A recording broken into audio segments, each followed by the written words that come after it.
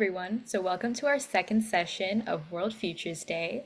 So here as our facilitators, we have Hazel and Ellen. So just to introduce for everyone that it might just be joining in. So welcome to World Futures Day, Young Voices 2025. And this session is brought to you by Teach the Future, which is a global nonprofit dedicating to embedding futures literacy in education worldwide. World Futures Day is also a partnership with the Millennium Project. So right now, we're all part of a 24-hour global conversation about our futures. And we're creating a space where all generations, especially young voices, can share their voices, concerns, and action-driven projects towards a better tomorrow. This event is also going to be streamed on YouTube, so let's make this conversation count. And throughout the session and throughout the following sessions, please feel free to share your thoughts and join the global discussion using the hashtag WFDYV. So facilitators, please take it away.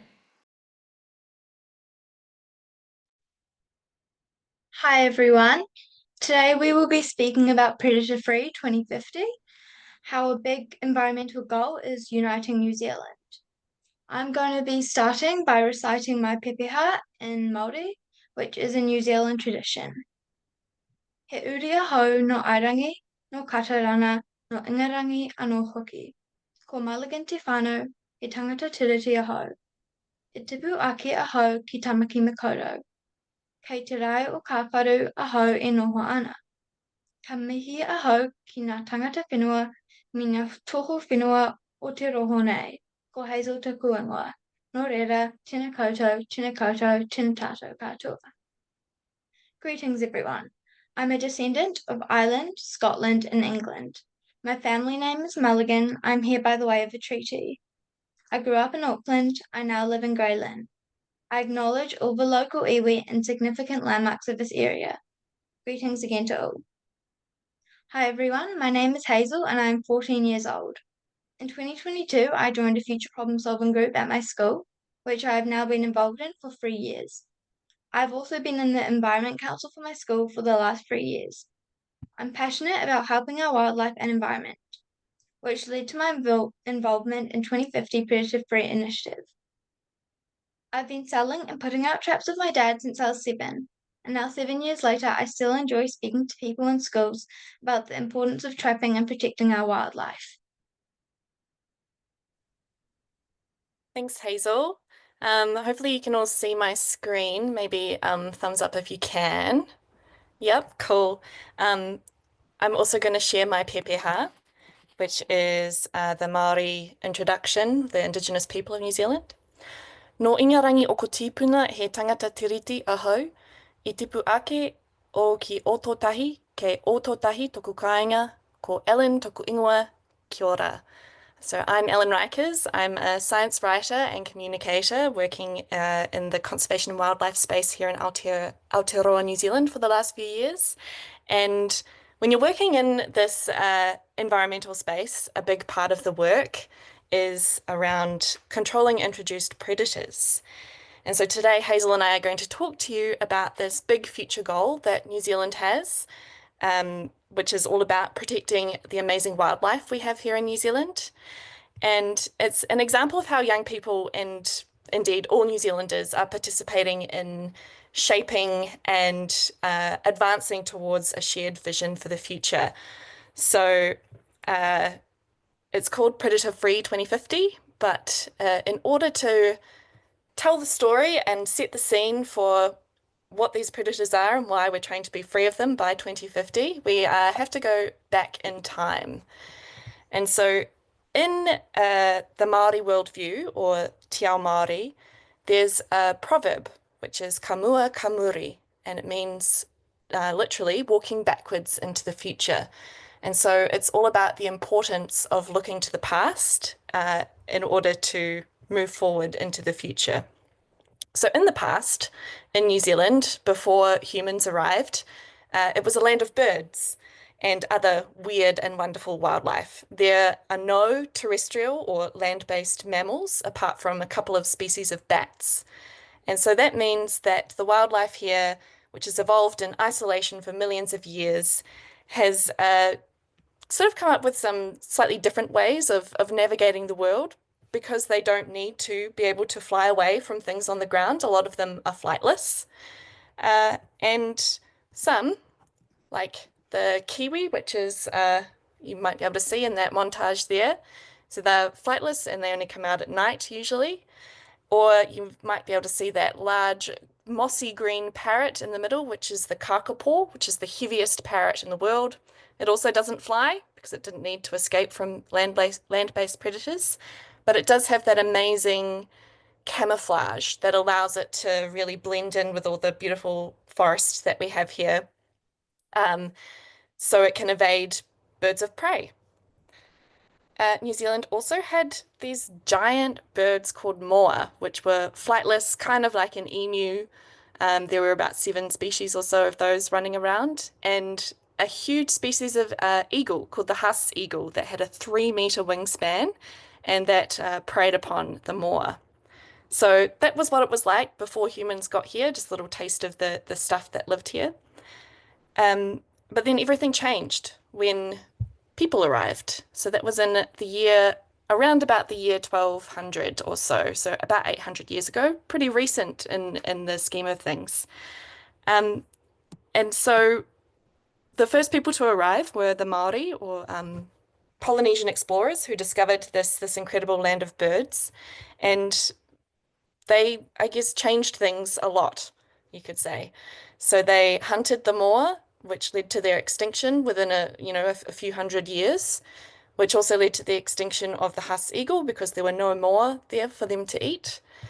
And Polynesian settlers also brought with them the Pacific rat, or kiore, which is that little cutie on the screen there. But of course, rats like to eat bird eggs and chicks and things like that. And so they also contributed to the disappearance of some species, like the New Zealand owlet nightjar. So in total, almost 40 bird species became extinct up until about 1800. So in that sort of, I guess, 600-year period. But still, plenty of animals survived, or wildlife survived, and then had to deal with a second onslaught of these predators that were introduced by European colonizers throughout the 19th century. So when European people arrived, they brought with them cats, which like to eat birds and other wildlife, hedgehogs, which also eat bird eggs. Possums were introduced from Australia to establish a fur trade, and they started munching through the forests and eating bird eggs and chicks as well. There were another 2 species of rat that came along, and these also like to eat all of our birds and their eggs and chicks. And then Europeans also decided to introduce rabbits. And then the rabbits, of course, bred like rabbits, and so then there were a lot of them. And so to control rabbit numbers, they introduced 3 species of mustelid, which are the ferrets, stoats, and weasels. But of course, these mammalian predators didn't just eat the rabbits, they also went and ate the birds and other wildlife. So this had a massive impact on the wildlife that was left in New Zealand. Another 15 species or so became extinct, and a whole lot more became endangered, with very small numbers surviving, or species being essentially made extinct on the mainland but only surviving on offshore islands. So it's also not just birds that are affected. You can see there on the screen a giant insect, which is called a weta, and it's essentially like a flightless cricket that is about the size of your hand. So it's really big and quite impressive, crawling around the forest floor. And then over in the corner, you can also see the tuatara, which is an amazing reptile. It's not actually part of the lizard family, it's in its own special family. And it has existed unchanged for about 65 million years, since the time of the dinosaurs. So all of this incredible wildlife we have in New Zealand that's now in danger is a really big part of our national identity. We call ourselves Kiwi, named after the kiwi bird, and many species are taonga, or treasures, for the Indigenous Māori people.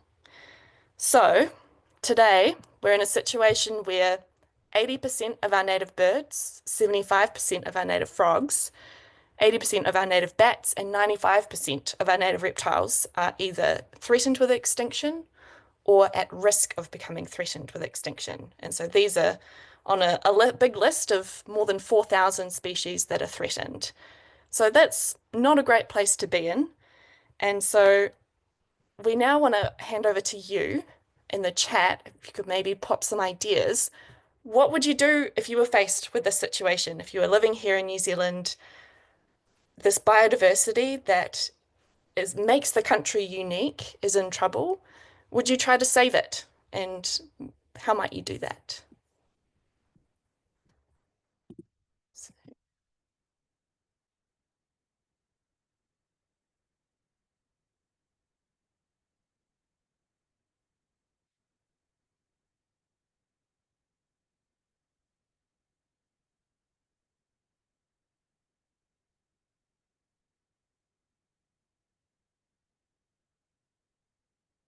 Interesting. Yep, migrate invasive species to their original homes, especially because if you think about something like the hedgehog, which eats bird eggs here in New Zealand, isn't doing so well in its native home of the UK. So maybe we should be sending some back, saying, please take this back. We would like to return these. It'd also be quite hard to return all the ones invasive species because they'll constantly be reproducing. That's true. There is, yes. We don't know. If you can think back to the first person who decided, yes, I'm going to introduce a stoat to control rabbits, would they have had any idea that they would also affect all of these incredible birds that we have here? Maybe not.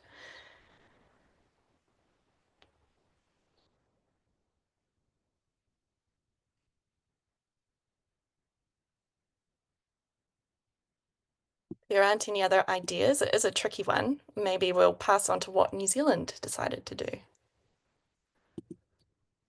So New Zealand's solution was predator-free 2050, and it became a thing in 2012 when a group of conservationists got together to create a moonshot goal, which was to eradicate the most damaging predators, which were the possums, rats, and mustelids by 2050.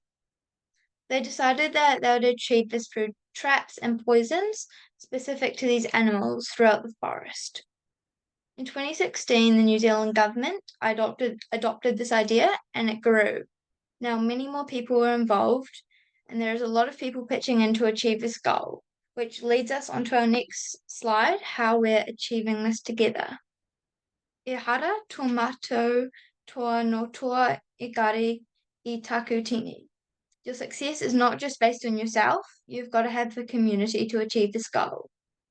Predator Free unites many people of the country, including iwi and hapu, Māori tribes and sub-tribes, pitching in their value of kaitiakitanga, guardians of the environment.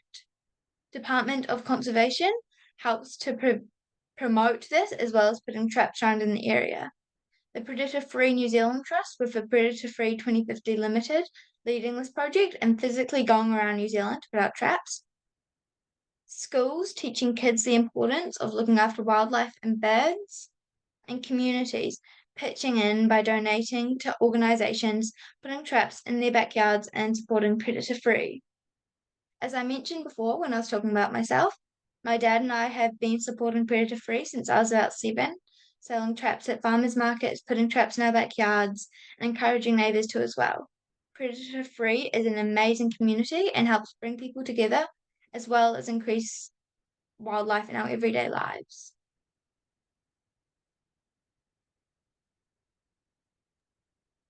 So this is just a map which is showing the extent of all the activity that's happening across New Zealand based on this goal that was sort of instituted as government policy about just under 10 years ago.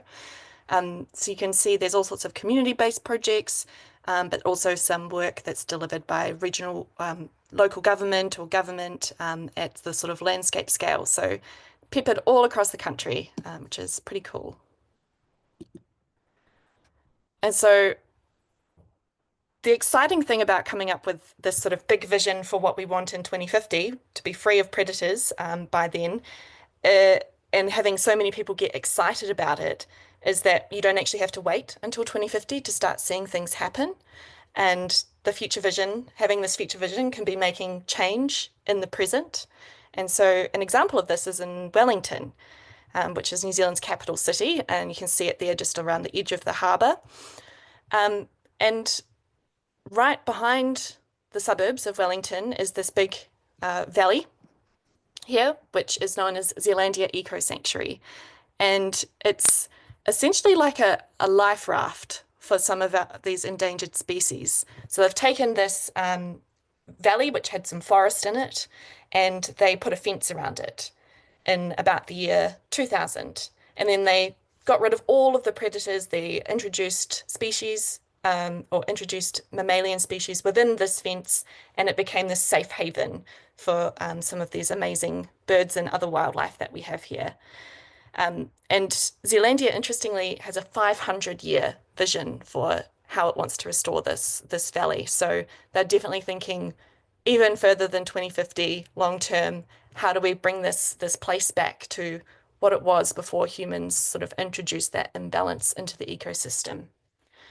Then on the other side of the city is Miramar Peninsula, which is sort of this piece of land jutting out into Wellington Harbour. And that doesn't have a fence, but it is surrounded on a few sides by water, which makes it a little bit tricky for some of those predators to reinvade after they have been eradicated from the area. But of course, it's ongoing. This predators are still tricky little things, and so they have to constantly be on surveillance. But they have successfully eliminated 2 species of rats, stoats and weasels from the entire peninsula as of last year. And to do this, they involved about 20,000 locals in some way, and most of the businesses and schools on the Miramar Peninsula. And now they're kind of expanding across Island Bay towards the central city. And so what has been the effect of having these 2 big predator-free projects on either side of the city? One thing, you have these beautiful songbirds called tui, and they were quite a rare sight in Wellington City about 20 years ago. Sightings of tui on the Miramar Peninsula have increased by 114% since getting rid of the predators. And I'm not sure if this will work. I'm going to try playing the bird song of the tui, so let me know if you can or can't hear it.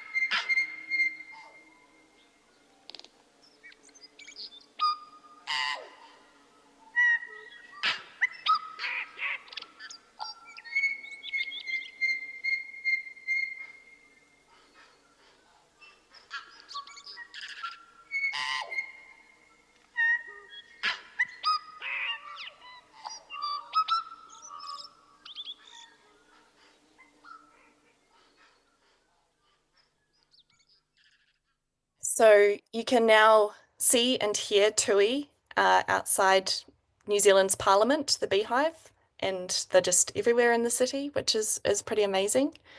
Another resident that has returned is the kaka, or a parrot that lives in the forest.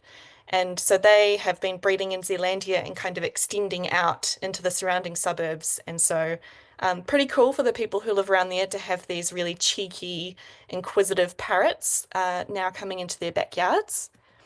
And even New Zealand's smallest bird, which weighs about the same as, if you imagine 6 paper clips in your hand, that is how much this little bird weighs.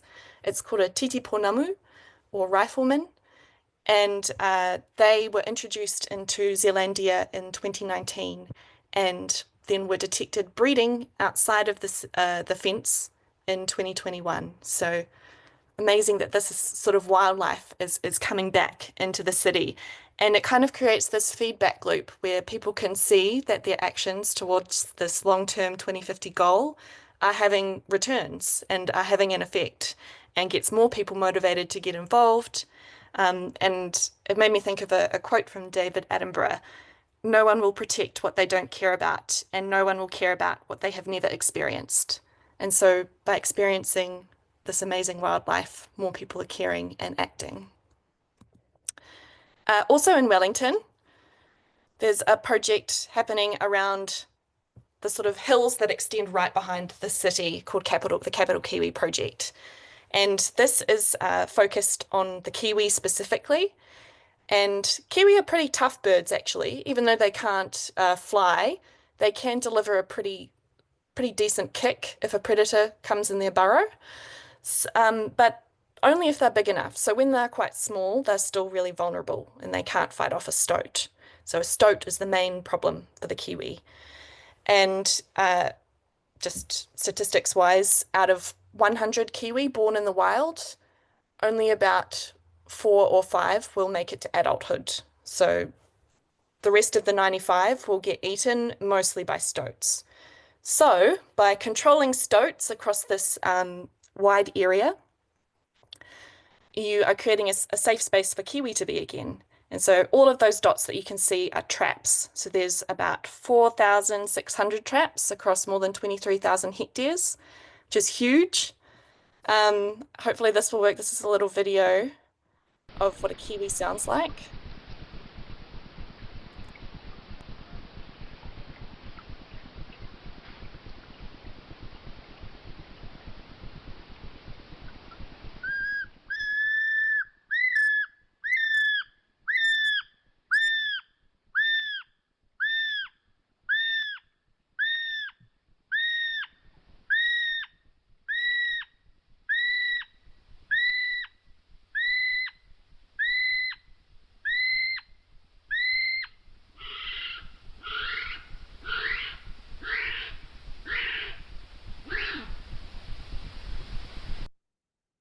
So the sound is now being heard around the hills of Wellington. Uh, yeah, it does sound a bit sort of like a cat, a bit screechy. Yeah, so the kiwi have returned to the hills around Wellington for the first time in something like 100 years. They reintroduced they've reintroduced so far just under 140 kiwi, and they've started breeding as of November 2023. So those are the first kiwi chicks to be born in the wild in Wellington in about 100 years. And now even some people are encountering kiwi. So imagine you are going out for an early morning mountain bike ride and you come across this.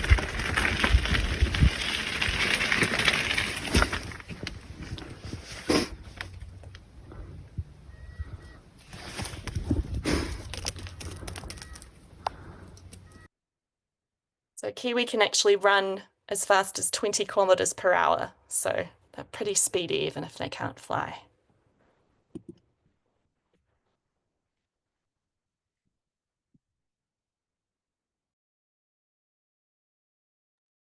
One of the case studies that Predator Free is currently working on is Pewhairangi Whānui, which is New Zealand's northernmost Predator Free 2050 project, covering 11,000 hectares on the Bay of Islands.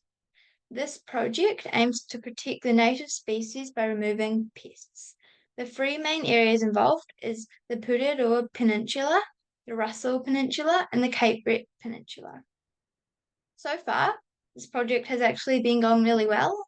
People have been seeing more and more wildlife and birds appear in their everyday life. In fact, in just September last year, a lady found that a kiwi had entered her house through the cat flap, making herself at home in the bathroom. The Bay of Islands now has its densest kiwi population. And on the next slide, there's some of the photos of the kiwi in the bathroom. So this is the map of the Pewhairangi Whanui project, and it's quite big. It extends larger than that map. But yeah, that's just to give an idea of how big it is. Now, lots of young people are getting involved in this project. It's engaging young people by visiting their schools and running sessions that teach kids about Aotearoa's beautiful wildlife. They organise activities where kids can identify predators at their schools using tracking tunnels, and then set up projects to help their native wildlife. A good example is a school called St. Gerard's, which successfully launched a project to save skinks around Alexandra. I believe it's really important to get young people's voices in this to get varied perspectives. After all, it is our future. Predator-free programs involve kids in activities like setting up traps and monitoring wildlife, which help protect native species and build responsibility. Engaging young people create fresh looks and creativity in conservation efforts. By involving this community, these programs emphasize the importance of protecting nature and inspire kids to look after our beautiful country.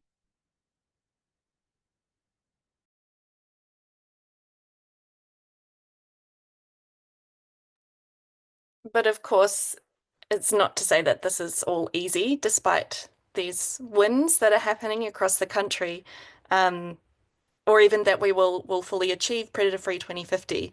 It's kind of been conceived as like a moonshot goal. Like we didn't have all the tools when we first started, but we're going to figure it out along the way. And so one of the biggest is innovation and research. We don't think that we can actually probably make the whole of New Zealand predator free with the tools we currently have. And so there are researchers and scientists and technicians all around the country who are trying to think about new ways to trap so that we can get those last stoats or rats that maybe don't want to go into a trap, or different approaches entirely, safer poisons or genetic techniques that could be used to control populations of these predators. And then related to that, this goal is all about bringing everyone along on the journey. So how do you make sure that you keep having social license to do these things? It is an unfortunate fact of conservation in New Zealand that we're killing things to conserve other things. So how do you explain that to people and ask them their thoughts about it, and create a shared vision for the future that, you know, balances everyone's perspectives as much as possible. Another challenge that is emerging is managing wildlife conflict. So some of these species, as they increase, are coming into contact more and more with people, and that is not always super positive.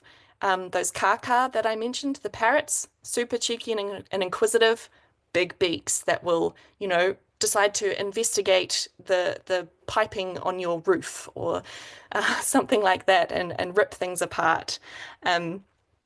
Or you might get some little penguins nesting under your house, and they're extremely smelly and noisy when they are breeding. So how do you manage those sorts of increasing interactions?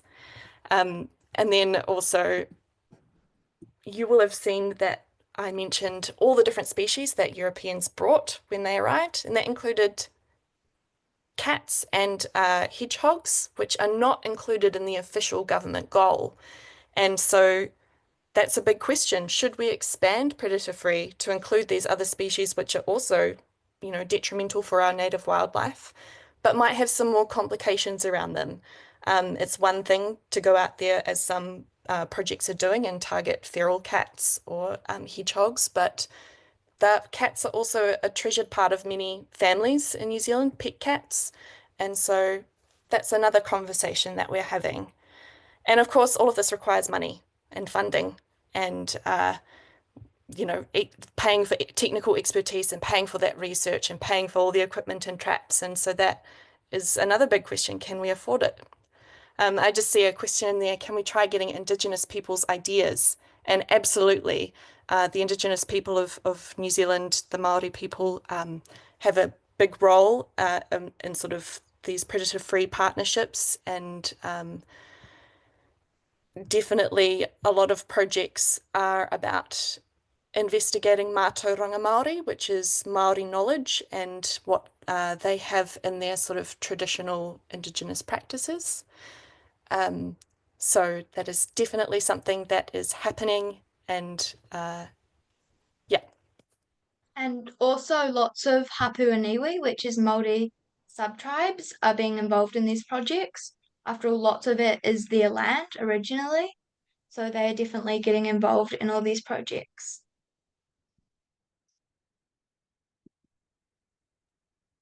So, as we briefly mentioned on the previous slide, there are some ethical problems with this. So, when we're teaching people and kids about predator free, it's important for them to understand that we aren't getting rid of predators for fun. We're ensuring that our native species thrive instead of animals that are introduced and eat up our wildlife. A quote that sums this well up is something is going to die. It is going to be the possums, the mustelids, the 3 species of rat, or it will be most of New Zealand's native birds, and an unknown amount of plants and invertebrates. You have to choose, and action is a choice. So this is really important to keep in mind when thinking about predator free. Which brings us to our next question. How would your life change if your predators weren't around, or if the wildlife wasn't around? Or what if you could see more birds and other wildlife more often? What would change in your life?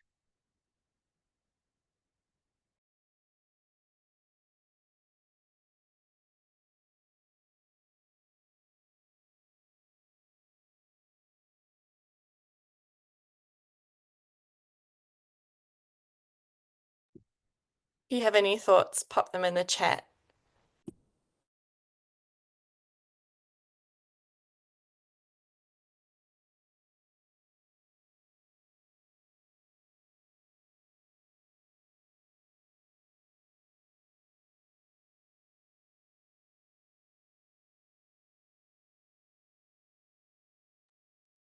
Yeah, I just thought it would be pretty bad without wildlife in our lives.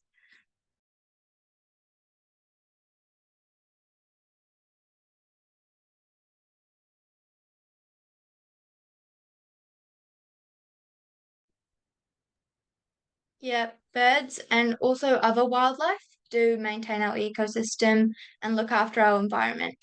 So it would be pretty bad. We wouldn't have access to as much food, and all the food chains and animal chains would collapse.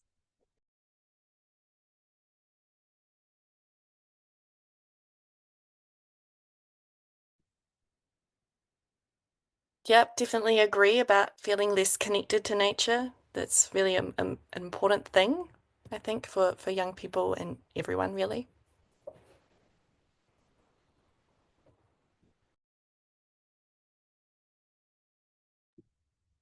Cool. Thank you for your thoughts. So we have some favorites of our wildlife, and mine is the Kia. And the reason for this is without this Kia, it would be pretty sad life because Kias are very smart and they're known for their problem solving and playful curiosity. They are also very cheeky, which is funny to watch before they steal your rings or keys or wallet or anything that's precious to you, pretty much. And my favorite that I struggle to choose a favorite, but my favorite that I wanted to mention because I think predator free could make a real difference for them, and I'd love to see more of them is the North Island kōkako, which are these lovely bluebirds here, sort of grey bluebirds here, and they have almost like a bandit's mask on and those incredible bright blue wattles. They're not great at flying. Some people say they kind of occupy a niche in the ecosystem that's a bit like a squirrel because they're kind of jumping and sort of, flitting around the canopy, doing these sort of acrobatics on their long legs rather than flying properly. And of course, this makes them and their chicks and eggs vulnerable to introduced predators, and so they have been really badly affected by those. But they're pretty special because they perform the longest known duet of any songbird in the world. So they have these calls that ring out for up to an hour at a time in the forest. And so hopefully you'll be able to hear this sound, which is described as haunting bell-like chimes.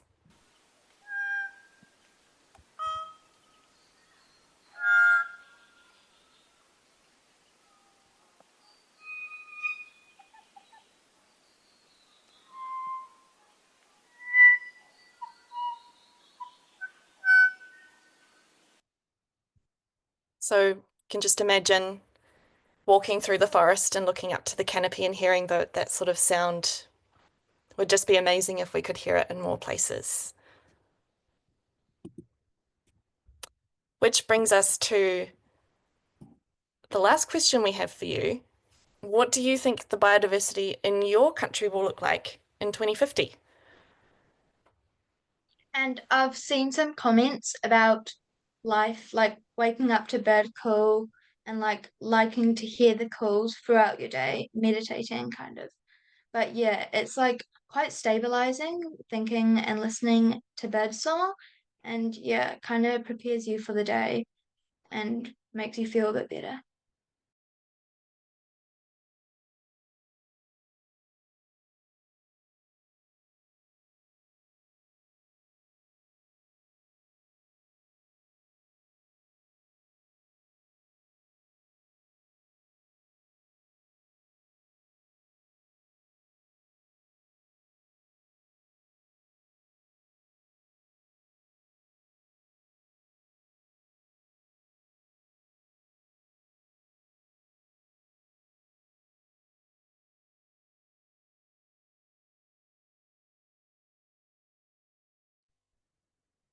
It's fantastic to hear about the return of the black and red cockatoos. Having lived in Australia for a while, I definitely am a big appreciator of cockatoos.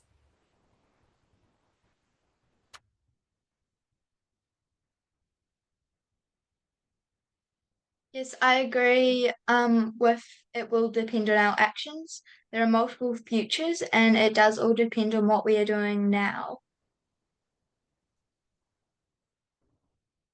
It's nice to see some more positive as well, a positive vision there. Protected areas will be greener, urban areas will include rooftop gardens since people are trying to save the green, it's a green sign. Absolutely. Nice to see some other people having experiences with positive action as well. But yes, absolutely. Abigail says maybe we will not have many diversities of wildlife like now. That is definitely a possibility. Yeah.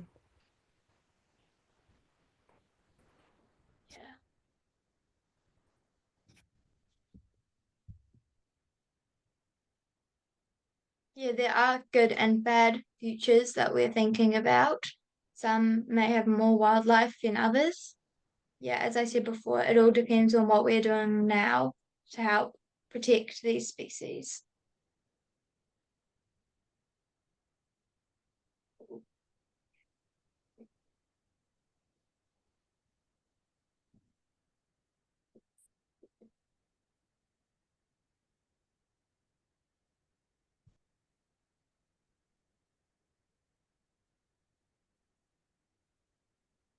Yep, from Scott, living with nature is better than living over it.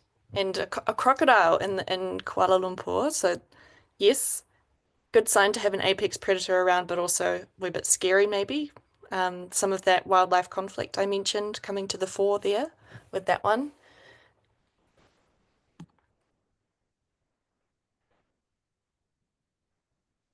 Bit more serious than having a parrot chew on your on your house though.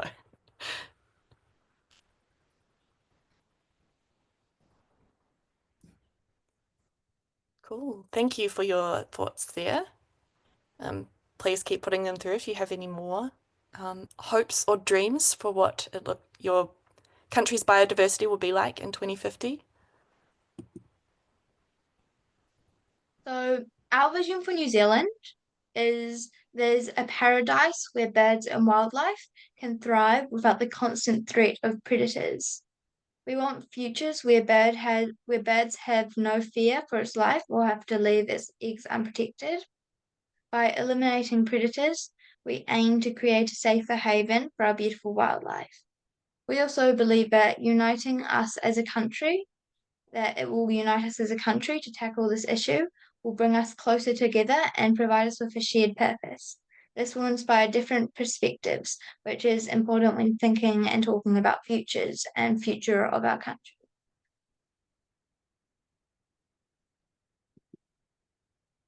Well, thank you very much. We have about just more than 15 minutes for questions. If there are any, please pop them in the chat and Hazel and I will be happy to answer any.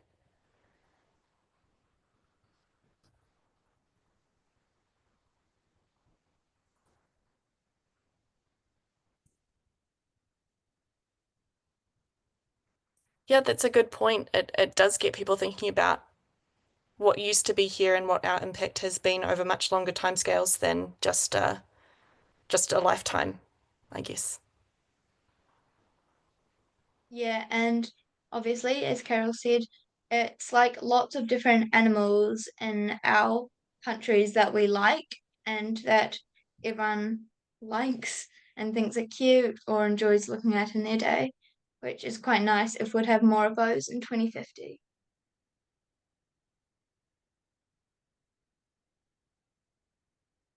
Yeah, I'm quite jealous of the otters. I haven't seen them on my trips to Singapore yet, so next time.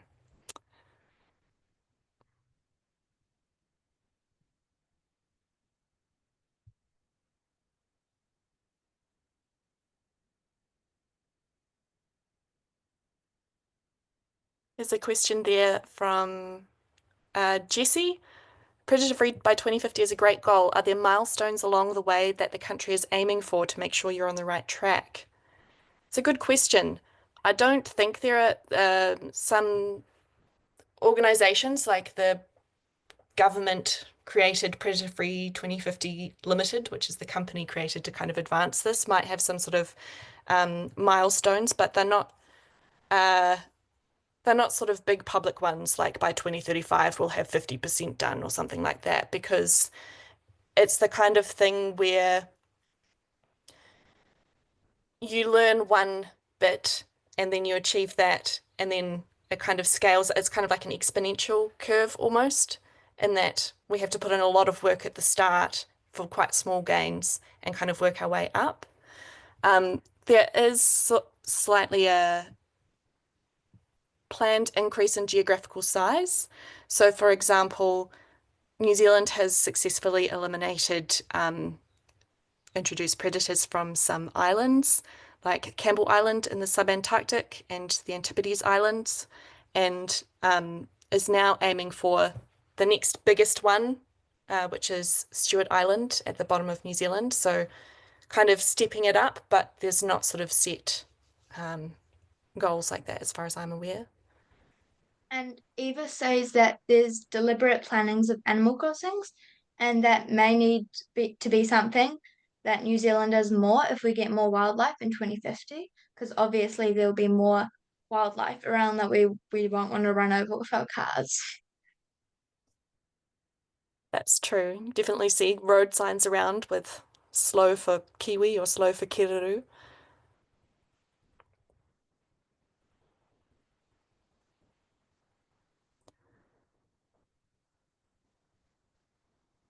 The next Oh, question along was Scott, is there good connections with other conservation or government policy units that help build up solidarity and kill multiple birds with less stones? Yes, there's definitely a real culture of sharing lessons learned. So because, there's all these different groups all over the country doing things, but they'll come together. It might be for a summit around how to control mustelids best. And so they share everything they've learned about that. The sort of the government Predator Free 2050 Limited, which is sort of the company that was government created to advance the goal, has a lot of overarching sort of um, vision of what's going on. And there's also the Predator Free New Zealand Trust, which plays a role as well. But it's yeah, grassroots in a lot of ways, but definitely a lot of those connections across the country happening. Musa, sorry if I got the name wrong, said, what challenges do you foresee for biodiversity conservation by 2050? As we said before, there are multiple, but some things like, do we have enough money? Does New Zealand have enough money to continue doing this goal? And wildlife conflict, like if there was more birds, would we get more nests in our houses, which we might not want, or louder squirrels or mating underneath our houses that they may decide to do.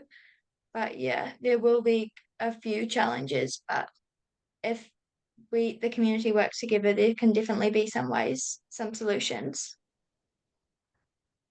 And connected with the next question there, which is about rising sea level, we often think about three main threats to the wildlife in New Zealand. One of these introduced predators.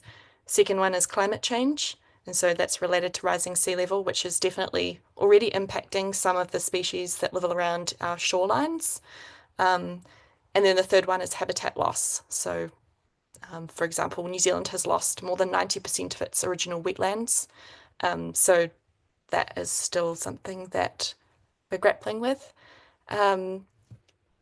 So this rising sea levels won't directly impact the predator-free 2050 goal, but will have other impacts for some wildlife.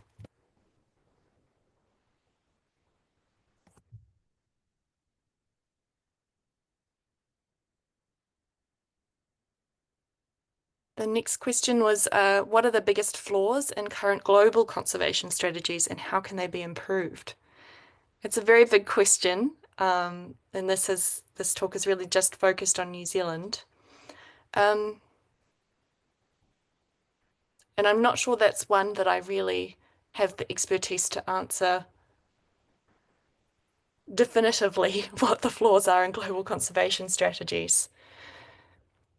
But I think that in general, countries can learn a lot from each other. So I think more global dialogue and thinking about one thing perhaps that could be learned from New Zealand's experience with Predator-Free 2050 is having a shared vision. And so creating a shared vision could be one way to sort of help mobilize more people around global conservation issues and help address some of the things that are affecting wildlife around the world.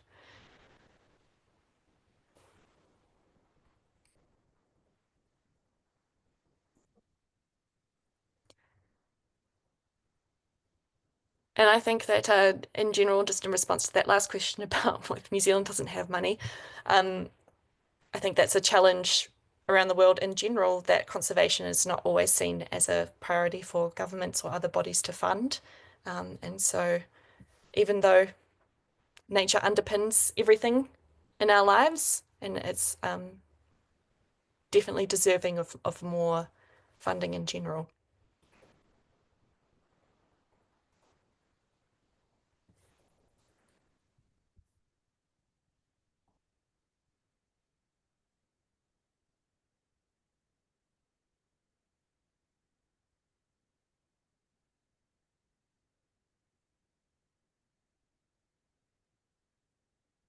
Any other questions, or you can raise your hand and unmute if you would like.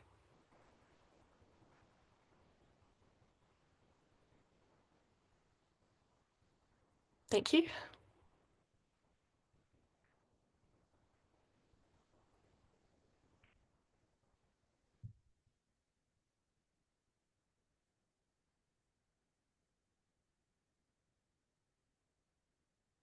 That is a really good question. The question is, how can we eradicate predators here in Kenya since they're very destructive?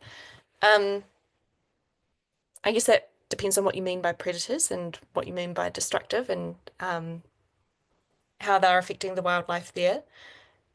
New Zealand is a special case because we don't have any native land mammals except for a couple of bats. We can be really specific and we can make sure that we are targeting the predators that have come here because they've been introduced by humans. In other countries, that would be more challenging. For example, in Australia, you have issues like feral cats, or foxes that are impacting the wildlife there, but you also have a lot of native land mammals. And so being able to target one without the other is a challenge.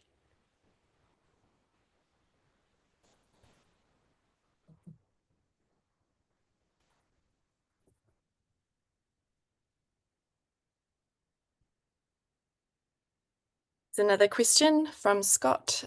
On the history of this, did it go top down or start from the grassroots? Yeah, we don't have to depend on other countries' policies per se.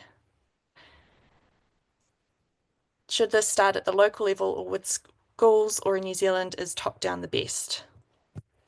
So I'm sure Hazel might have some ideas on this, but from the history point of view, it even started before the 2012 conversation where a whole bunch of conservation leaders got together in a room and nutted out the 2050 goal. Back in sort of the 1960s, there was actually a an island just off the coast of Auckland which had seabirds living on it, but rats had got there. And one of the local school teachers noticed this, and he thought, why don't we try to get rid of the rats?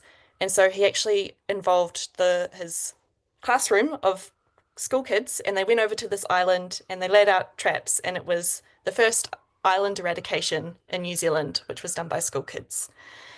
And so this had sort of been happening by conservation groups, but also by government departments over those sort of decades leading up to the big conversation about 2050. So I think it's sort of a bit of both, but that's probably by virtue of New Zealand being a small country. And and also, for this initiative, everyone is working together. So there is a bit of government, there's a bit of schools, there's a bit of the community selling traps, putting traps in their backyards. Yeah, so everyone's just working together to achieve the common goal.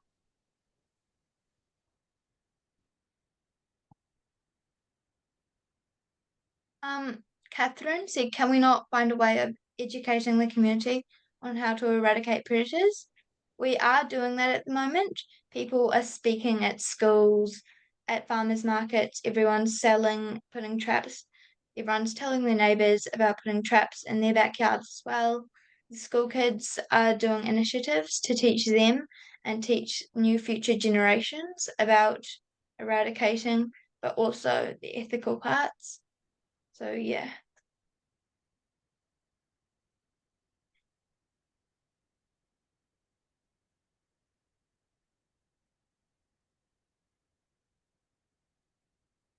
yes, collective buy-in. It is still a challenge. There are people who don't like the idea, but it has been remarkably effective, which I think maybe speaks to how deeply New Zealanders feel about our birds. Yeah.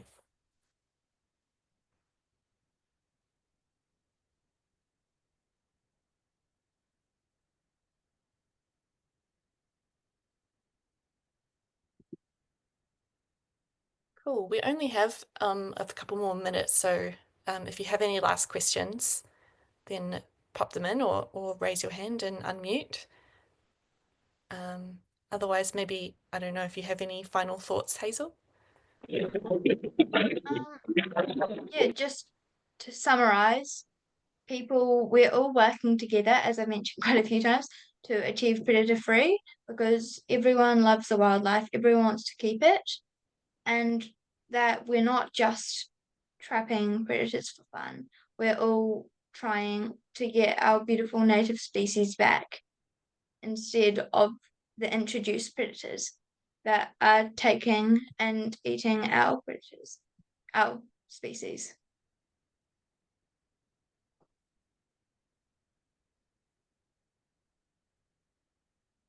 Cool. Any last questions? Okay. If not, we might pass back to Manya. Yeah, thank you too so much. This was incredibly inspiring discussion. And so, as we wrap this up, thank you to both of you, the facilitators, and thank you to everyone else who was listening in for being a part of World Futures Day. And your perspectives and participation have made this conversation truly meaningful, but the journey doesn't just end here. New facilitators and fresh conversations are beginning at the top of each hour, and you're all welcome to stay and continue exploring future possibilities with us. So, just a few quick announcements before we end. So, first, Teach the Future is offering our first FutureWise Intro to Futures Literacy Fundamental online courses. We have the Summer Institute for ages 12 through 17, and another course is coming this fall for those who are 18 and older. And the pre-registration is now open, and I'll be sending that link in a moment. And secondly, we would love to hear about your experience with World Futures Day 2025. So to share your feedback and receive your certification of participation, please fill out our survey. And I'll just